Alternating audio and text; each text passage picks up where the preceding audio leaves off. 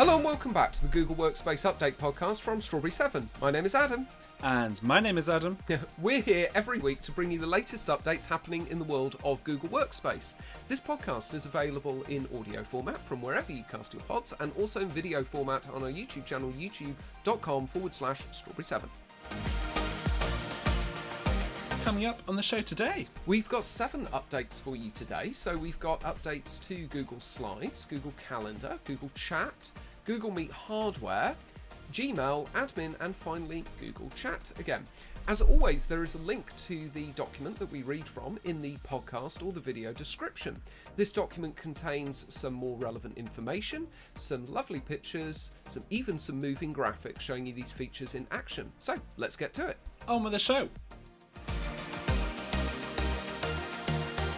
Right, so the very first update for everybody is to do with Google Slides. So you can now remove the background from your images in Google Slides. So you can now easily remove the background from images added to your Google Slides presentations. To do so, simply select an image on your slide, right-click and select Remove Background, or select the Remove Background button from the toolbar. This is fantastic. I mean, I love features like this that just allow you to do these simple little things like remove a background.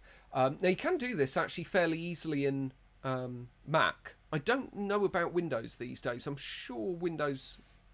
No, I'm not going to say I'm sure Windows has created something like that because that would be a useful feature, but it is quite easy to do this in Mac, and you've been able to do it a while. Although, like a lot of Mac features, it's quite hidden away in preview. It's not that obvious. It doesn't just say remove background. You kind of got to use that magic lasso tool or something and kind of select it and drag it. It's a little bit of a process to get it done, but Finicky. It does exist there. Yeah, it is a bit, yeah, but it does actually exist in there. But this is super easy, and I really like sort of these features where it does something like this because it's so easy for people to just be able to do something simple, like just remove a background, right? Yes, yeah, I thought this was super cool. I was quite excited about this until I saw who it was available for. Yeah, I just noticed that. Yeah, here we go. Here's the start of this sort of thing. So who is this available for, Adam? So this is available, but it is available right now to those lucky Gemini Enterprise and Gemini Business add-on subscribers. So and it's also available to users on personal accounts through the Google One AI Premium. Okay. I can see you've added a link in here as well about sort of how to do this, which is fairly straightforward process, but those tiers are critical, right? It's basically only available for those Gemini customers, and I am sure that this is just the start of us seeing this trend where Google is going to say, oh, we've added this really cool feature, but it's only available for Gemini customers. Yeah, yes, and so as we discussed a couple of weeks ago now, so Gemini is basically Google's platform that they rebranded probably intentionally, because I actually can't remember what it was called before, which I'm sure was their intention.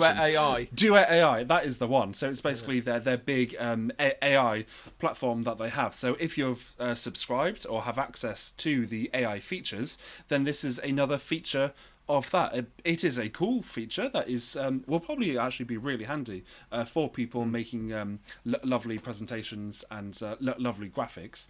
But but you do, it is only available at that tier. So not available to everyone, unfortunately. Yeah, I mean I would say this shouldn't be a Gemini feature because simple reason, I just don't think there's much AI going on. I mean, it's only removing the background on an image. It's not that complicated. It doesn't really use AI as far as I'm aware. It will use some predetermined algorithm. Because I do wonder how successfully this will do this. So in the example, in the moving graphic that we have in our documents, there's just a plain block colour background that the AI has removed. But for example, if it's a picture of a person in a forest surrounded by trees with a lovely sunset background, or something a little bit more complex going on, how successfully would it do that or not? Yeah. And maybe there is AI going on there, right? Maybe it is using AI in that sort of regard. I mean, I've seen, and this is what would be more relevant, I think, for something like Gemini. I've seen what Adobe can do now, where you remove items from a photo and it will put the background in where they were, or almost like a green add screen. extra items into a photo. I've been playing Yeah. around when I used to dabble with Photoshop a little bit, and if you have a smaller image, you can make it larger and just let AI automatically fill in the available space based on what's already in the photo. So if you have a picture of a beach and you wanted to make that a nice a panoramic photo of a beach, you can just make your beach really longer and it'll just extend your beach, but not in the sense that it'll just stretch the photo. It will fill in the space to make it a much to add more beach into your beach picture, which is it is a cool feature actually. It is absolutely amazing what it can do. And I don't know how true this is, but I was asking Will about how it gets it so accurate. And Will was telling me that apparently Adobe have combined loads and loads of resources based on the metadata of the location of where the photo was taken. So, kind of along the lines of, you take a photo, you want to erase somebody from the background, let's say, and it will know where the photo was taken and look at things like Street View and stuff like that, and then use AI to kind of guess at what is there, or look at what's there on things like Street View and other public photos in that area. That's astonishing. If that's what it's actually doing, that is incredible. Incredible. Yes, not only is Big Brother watching, but it already has all the information about absolutely everybody, everywhere, all over the world already. Yeah, absolutely, and can colour it in on your photo, so that's pretty cool. You're quite right, Adam. It is, the example in the moving graphic here is very straightforward. It is just a block colour. But I imagine for most people that want to use this, then it should serve its purpose well. Yeah, I mean, it's just, like you say, how well is it going to do it with something a bit more complex, a background a bit more complex that it's removing? I'm not too sure. We'd have to see something, another example there. But anyway, that's great, Adam. Thank you. What's the next update, please? Okay, so up next, there's a new Google Calendar lock screen widget that is available on iOS mobile devices. And by iOS mobile devices, they mean iPhone. So Google is excited to announce the launch of Google Calendar lock screen widgets on iOS mobile devices. So that's iPhones, and iPads as well. So then that would be for anyone that has iOS 16 plus, or for those on iPad, it would be iOS 17 plus. These will surface an upcoming event or task, giving you a quick glance right from your lock screen. Yeah, this is really lovely. The graphic that's showing this looks really, really clean, very, very nice. To describe it to somebody, it's kind of like a normal notification, only the background's been removed. So you just have the text and it's sort of transparent effectively, and you've got the details of the event on the left hand side with the time above of what the event's running to, and then on the right hand side the start time. And I think this looks really, really nice, very, very modern, lovely sort of look for the notification here. The only one slight concern I had about it was because there is no background effectively, it looks really cool, it looks very modern, but because there's no kind of background for the text to sit on, I thought if you've got a background that's quite light in colour, or particularly got white areas, the text will probably get lost. I don't know whether they've done something clever in the notification area that it detects that, and it maybe slightly changes the colour of the text in that area, puts a shadow around it or an outline or something, maybe. That's a good point, actually. Specifically, if you have, within your Google Calendar, if you set certain events or certain calendars by a specific colour, will that colour come through to the widget, and that colour may kind of like interfere with your background or your wallpaper that you have on your phone or iPad? May not actually look as nice if it has suddenly this color text on it. Yeah, that's right. I mean, putting the background on can look a little bit dated now with the style of the way that everything's going. But the big advantage of it is you have a block color behind that you can then put your text over the top of, and it makes it very easy to read. So possibly a little bit of sacrifice of form for function for form here, but generally I think it looks very, very nice, and anybody can go and check the graphic out to see that in a little bit more detail. I think this is available. It's just sort of available to everybody, isn't it, Adam? Is that right? Yes, it's available right now to all Google Workspace customers, Google Workspace individual subscribers, and users with a personal Google account. I've also added a lovely link if anybody would like to learn more about how to add widgets to your lock screen. Great, thank you, Adam. What have we got up next, please? Okay, up next, hover cards for group messages and spaces are now available in Google Chat. So when hovering over a space or group chat within the left navigation in Google Chat, you will now see a hover card that displays an abridged list of members and their avatars. This is especially useful when you need to distinguish one chat from another. In addition, you can include space hover cards across chat apps using the shared hovercard library.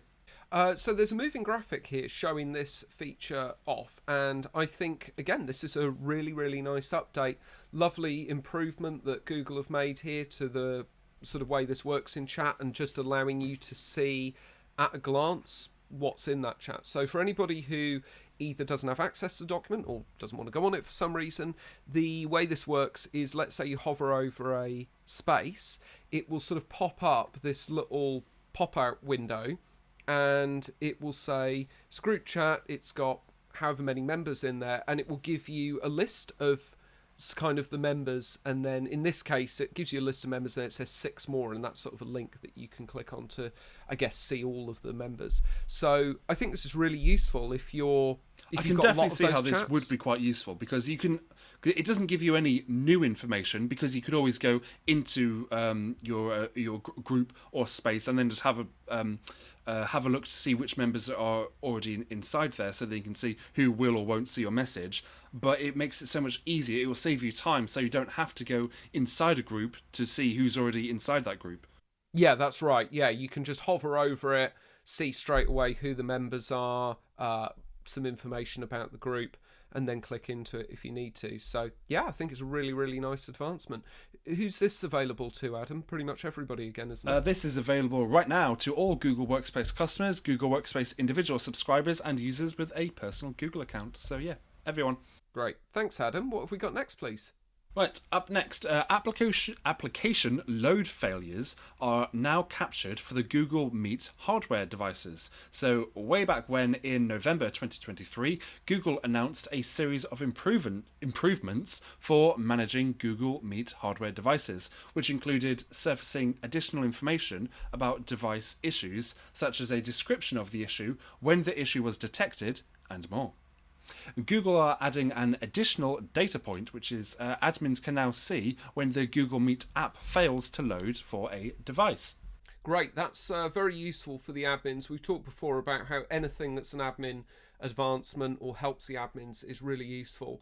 I think as well, the nice thing about this is you can kind of filter it and export these results as well, which might be really, really useful, because you might see a pattern around when this application is failing to load, and then that might possibly narrow down reasons for that failing, or why that is becoming a problem.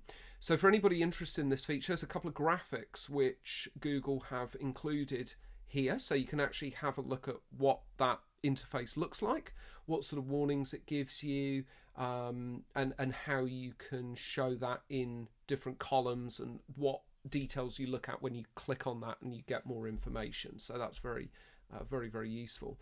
How do people use this, Adam? I've kind of gone a little bit into it there about the filters, but what's the getting started?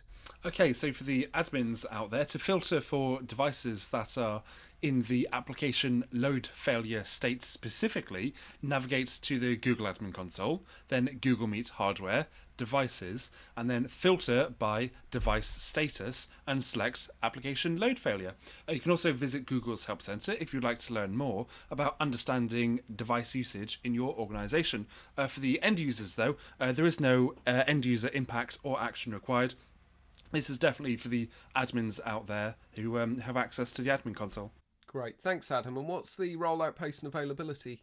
Okay, so rapid release and scheduled release. There's a gradual rollout for this update, so potentially 15 days for feature visibility, which is starting on March the 18th. And this is available to all Google Workspace customers with Google Meet hardware devices. So it's very much a hardware update, not a software update. Yeah, we always like to emphasise that with these Google Meet hardware updates. Thank you, Adam. What have we got next, please? Okay, up next, you can now create fully customized email campaigns using a new layout editor tool. So back in 2022, Google made it easier for you to send professional looking emails, announcements, newsletters, and more with layouts. These are predefined email templates that can be further customized with a company or brand color schemes, logos, images, links, and more. In 2023, Google took this a step further by introducing the ability to customize an existing template, reuse a custom layout in multiple email campaigns, or create a brand new layout from scratch for Workspace individual subscribers. I think we actually covered that in one of the earlier episodes of this podcast. Actually, now Google are excited to announce that even more users across Google Workspace editions can now create customized email layouts using the new email layout editor that is accessible from the Compose screen in Gmail or Google Drive. In the layout editor, you can create a new email layout from scratch or select a predefined set of email templates, which includes images, text elements, and buttons. You can then fully customize these templates by placing elements such as color schemes, logos, images, footer text, and links wherever you like. You can also share a layout file directly from the email layout editor using the share button. Once another user has edit access, they can open the same layout in their Gmail or from the Drive, and you can collaborate with them in real time. With Google Workspace, you can create, collaborate, and communicate seamlessly across the apps. This new feature is yet another way Google are striving to help you do so as you create fully customized announcements, newsletters, and other mass email campaigns. We've definitely talked about this feature before with the fact that Google have introduced this mass emailing system. Again, I've said this before, but for any new listeners that we've got, if you're a MSP or an end user out there, this is very useful for you to know because it's another example of how Google Workspace can potentially eliminate a cost, either in your own business if you're an end user or an MSP for your customers. You can eliminate the cost of having a specific mass emailing application or platform that you might be paying for and instead bring it all within Google Workspace. So that's really, really good. The templates and things like that they've got here are very, very nice. There's a moving graphic here showing you how you can sort of edit these and how you can lay them out and how you can make them look the way that you want. As with any template, it's it looks really, really nice, but I often find with these templates, you click on them and you think, oh wow, that looks really nice, and then when you start editing it and trying to customize it to it looks less nice. Well, it's not so much that it looks less nice. You just get to a point where you think, I may as well start it from scratch because you change so much. Do you know what I mean? Yes, you can I know what enter you mean. a point. Templates are great for inspiration. That's a good point, actually. Yeah, I think you're right. It's good to get an idea from them, yeah, and then sort of use that as inspiration. Yeah, that's a good point. One of the things I like in here, though, is some of the quick access points, which are very useful. Like, I don't know if you've noticed in the moving graphic, Adam, but when they've gone to edit this particular layout, there's a button that's specifically there for social links down the bottom, which is really cool. So that sort of thing I like, where you can just click in there, put your social links in, and then those are just put in the right place, probably at the footer, I'd imagine, of the email. So I like things like that just make it nice and easy to use. So great that it's available to more people. I mean, this is basically the same update we had before. Yeah, I was going to say, my takeaway from this is it's not a new feature, it's just available to more users, which is great. Yeah. Like, let's keep all the people happy. Feed the masses. Yeah, and also the fact that a lot of people may have forgotten that this feature exists, or may not be aware that it exists, especially if we've got some new listeners. So good to see this again. What's the getting started, please, Adam? Okay, so there's a bit to get through for the getting started. So for the admins out there, customized layouts are on by default at the domain level. You can turn layouts on or off for specific domains, OUs, or groups by going to the admin panel for Gmail. If you don't want users to use docs, sheets, slides, drawings, forms, and email layouts, but still use Drive for file management, leave Drive turned on and turn off docs creation. Visit Google's Help Center if you'd like to learn more about managing Gmail settings for your users, customizing access policies for different organizational units or groups, and turning docs creation on or off. For the end users out there, if it has been enabled by your admin, you can visit Google's Help Center to learn more about using layouts in Gmail and Drive. There's a link in the document for that. For Gmail, you can access custom email layouts in Gmail from the layout icon in your Compose toolbar. You can then open the full screen editor from the embedded editor in Gmail using the Edit in Full Screen button in the top right. For Drive, you can open an email layout that you have in Google Drive by double-clicking the email layout file within Google Drive. Your custom layouts are stored in Drive as a special file type associated with the layout editor. You can find email layouts in Drive by searching type : email -layouts, which should then just make all your layouts appear, which will be super helpful if anybody is looking for those. You can also access the standalone editor by going to a link that I've added in the document. Mail merge tags work with email layouts when enabled in Gmail. You can insert mail merge tags in email layouts. You can also visit Google's Help Center if you'd like to learn more about sending personalized emails with mail merge. Link in the document. Yeah, again, the mail merge thing is really, really useful as well. So especially for emails to be able to put those tags in. So thank you for all that, Adam. Yeah, I mean, the moving graphics and static graphics that here show this off really, really well. So for anybody interested in this, I highly recommend you check those out. And that will give you some good information there. What's the rollout pace and availability, please, Adam?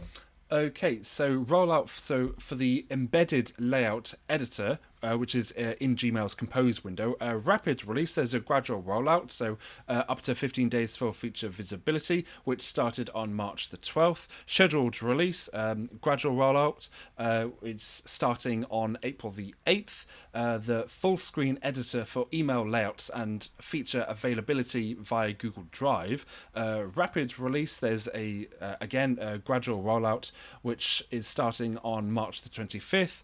Scheduled release, there's another gradual rollout, which is starting on April the 15th. This update is available to Google Workspace Business Standard, Business Plus, Enterprise Standard, Enterprise Plus, Education Standard, Education Plus, and Workspace individual subscribers. Cool. Nice to see that with education as well. It might be quite useful for them to be able to use some of those templates when they're mass emailing out. So, funnily enough, I actually spoke to a school about that. They were talking about kind of what Google Workspace could do for them, and I said, well, if you've got a comms system that you're using to communicate to parents over email, if you go to Gmail, maybe you can use that. You know, just saying. Cut your costs. Great, thank you, Adam. What have we got next, please? Okay, up next, you can now select app access controls can now be applied at the organizational unit. So Google Workspace admins can now configure a number of app access control policies at the OU level. Previously, this was only possible at the domain level. Specifically, this applies to what happens when users try to sign into unconfigured third-party apps with their Google account, whether internal apps built by your organization can access restricted Google Workspace APIs, whether custom messages will be shown to users when they can't access a blocked app. Google knows that users rely on a variety of tools to do their best work, including third-party apps. However, not every third-party app aligns exactly with every organization's security policies.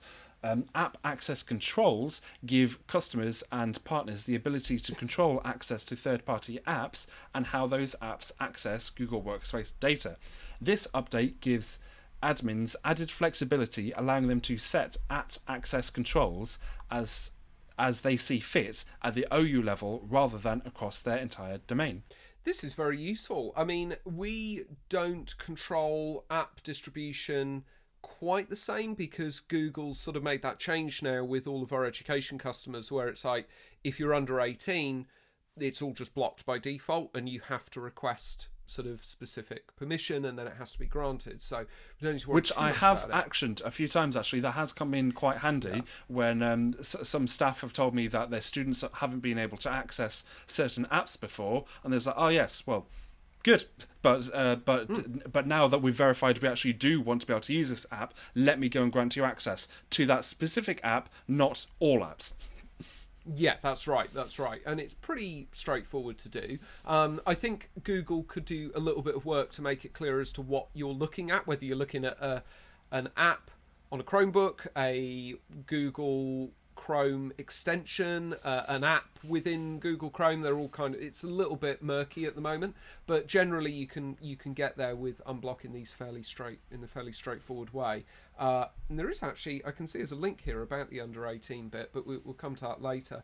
So generally I think this is just very good. Like we said before, anything that gives a little bit more control to the admins of distributing these type of things is really useful, and to be able to do that at the OU level is going to make that a lot easier for people, rather than it, like it says, it just being like you can just do a domain and that's it. So what are the additional details? Oh, sorry, I was just going to say, because even if it's just for something like test purposes, because you could have a test OU with a test user account in there and say we allow permission for this OU but not everybody else, whereas before if it was saying that you could only do it for the entire domain, well, that's a bit much. That's giving access to absolutely everybody. And so now, if it's just like a test environment, to say, well, do we actually like the way that this app responds or behaves, or the features of it, so you can test that out before you give general access to whomever you want to. Yeah, that's right. And you know, it's things like when it says here about unconfigured third-party apps accessing people's Google accounts. I'm guessing what that means is like when you sign in with Google on third-party apps, and we all tick that box to say, yeah, whatever, the app can like read my email, send email, read my contacts and do whatever, but it's quite a lot of access that you're granting to those apps, and you do as an admin worry about that and what people are granting access to. So yeah, having that control and being able to give that out per OU, exactly like you say, Adam, where you can go, okay, well, let's have a look at this third-party app. At least we can just grant it to a test OU so that we can test it as administrators and see what the access is like. So yeah, very, very good point there, Adam. Yeah, what's this bit about additional details then? Okay, so for Google Workspace Education editions, the user requests to access unconfigured apps setting can now be configured at the OU level. You can visit Google's Help Center to learn more about managing access to unconfigured third-party apps for users designated under the age of 18, and there is a link in our document for that. Yeah, this is definitely where I get a little bit confused sometimes about all of the different levels of this. It's like granting access to the app, then with the app, whether it's a approved app, i.e. approved by Google, like they've done some kind of vetting or checking on it, then configuring how, you know, what happens when people want to grant access to their account through the app. They're all sort of different security levels and layers. And it can get a little bit confusing, but that's good to know for the education editions that you can do that on the OU level as well, which makes a lot of sense. Yeah, what's the getting started in the rollout pace and availability, please, Adam?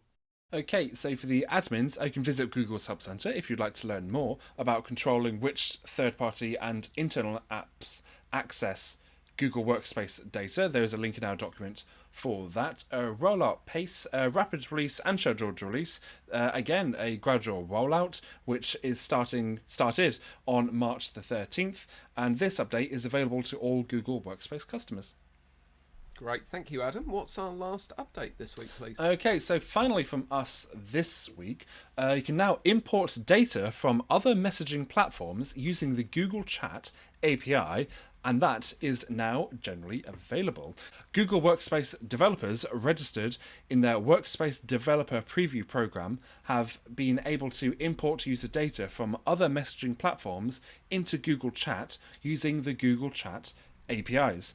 This functionality is now generally available to all Google Workspace developers and admins. In order to import data, you can create a chat app and import mode chat space.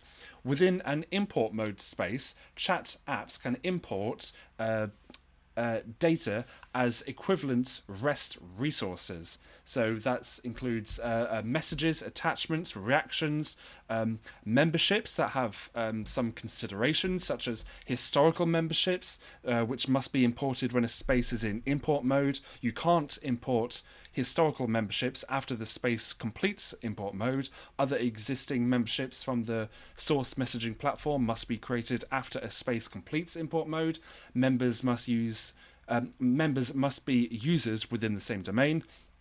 And there's also spaces where only space type dot space is supported. So hopefully space type dot space will make complete sense to the developers out there. So this is a helpful workflow for those who are transitioning from other messaging platforms to Google Chat. Rather than copying source data into regular spaces, import mode has some advantages, such as preservation of resource creation timestamps. So you can set a historical time for the creation times and space and message resources, letting chat apps retain historical context during user adoption of Google Chat. End users can't view or access spaces in import mode, so to prevent user interference with a space undergoing data import, or to avoid possible user confusion as a result of viewing an in-progress data import, spaces in import mode are hidden from end users. After a space has completed import mode, you can add users back into the space. Chat turns off notifications during import mode, so this helps users to avoid unnecessary alerts about the migration. Cool, right. So to break this down a little bit, I just want to say before I forget, those little bits, because there's quite a lot to get through there, but those little bits at the end where it's talking about how this migration tool has an advantage over just, say, copying and pasting the data. The three things that it says there: preservation of the timestamps, users can't view the import while it's happening, and turning off notifications. Fantastic, Google. Absolute big tick in the box for that. Somebody's thought about that really, really well, and they've done an excellent job to consider those factors and to do that. So gold star for... That is something, particularly the timestamps, that is something that would massively bug me, and also it'd be so laborious just to copy and paste or chats historic messages from one platform to another. Don't fancy doing that one, but fortunately you don't really need to anymore, because this will do it for you. But imagine but if you did copy and paste it, it would just say everything was sent right now. So then if you have to reference something, when was this sent, when did we do that? Well, you don't know. Apparently you did everything at the exact same time. Whereas now being able to retain the timestamps, it seems like a small thing, but it would massively bug me if they were all wrong. Yeah, absolutely. It would do exactly the same to me. And it's also, you know as well as I do, that now sometimes these things have legal implications as to when things were sent or when things were said or whatever. So this is brilliant. You know, gold star for those things. Going back to this as a general update, it's very interesting this, because in the previous week's podcast, which I know you listened to, Adam, which unfortunately, you know, Adam wasn't available to do that, listeners, as you probably know if you heard it, and it was just me rambling on for about half an hour. There was actually an announcement around the improvement to the data migration tools within Google. Yes, I recall, yeah. Yeah, and this is it's very interesting that there was that announcement, and then the very next week, this week, there's this announcement to Google Chat improvements of migration. So what's going to be tools. next week? Yeah, I mean, I don't know. It's just, well, we'll just have to all wait and find out. But maybe they're connected. Maybe it's complete coincidence. But I think it's probably connected that they're generally improving their migration tools, which Google's migration tools desperately need upgrading and improving. Basically, nobody who's doing this properly in the industry uses them because they're just rubbish. If there's better options elsewhere, that is precisely where everybody will go.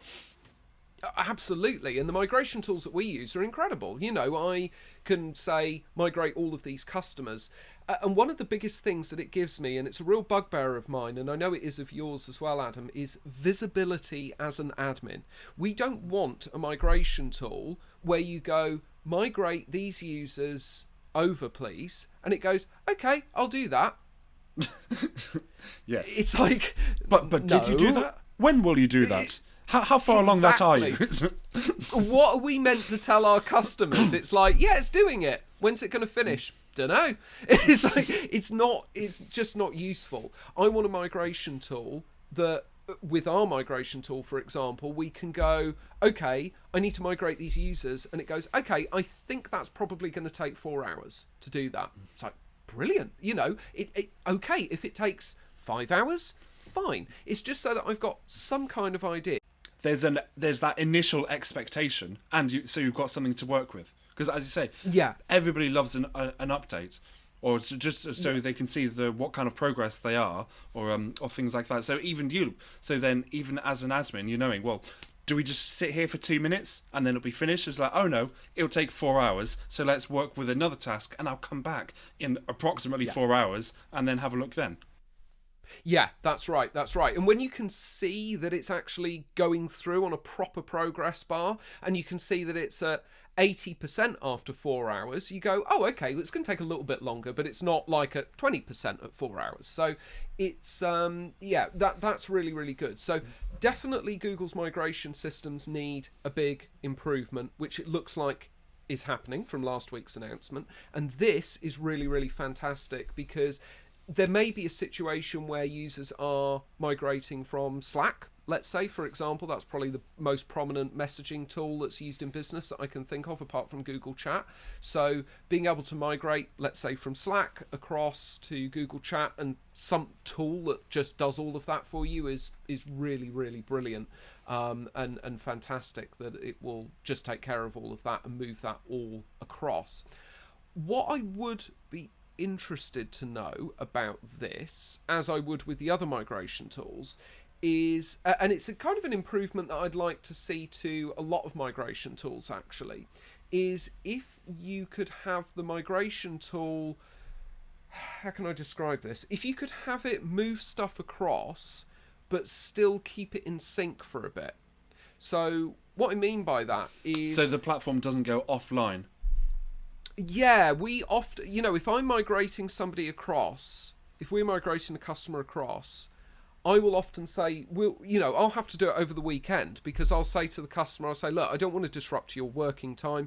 Most companies shut down at the weekend. So the idea is Friday at 5, 6, whatever, agree cut-off time. It's like, right, stop now. That's when everybody's not going to be able to use their email, not use this, not use that. Everybody cuts off on that time. Hard cut off.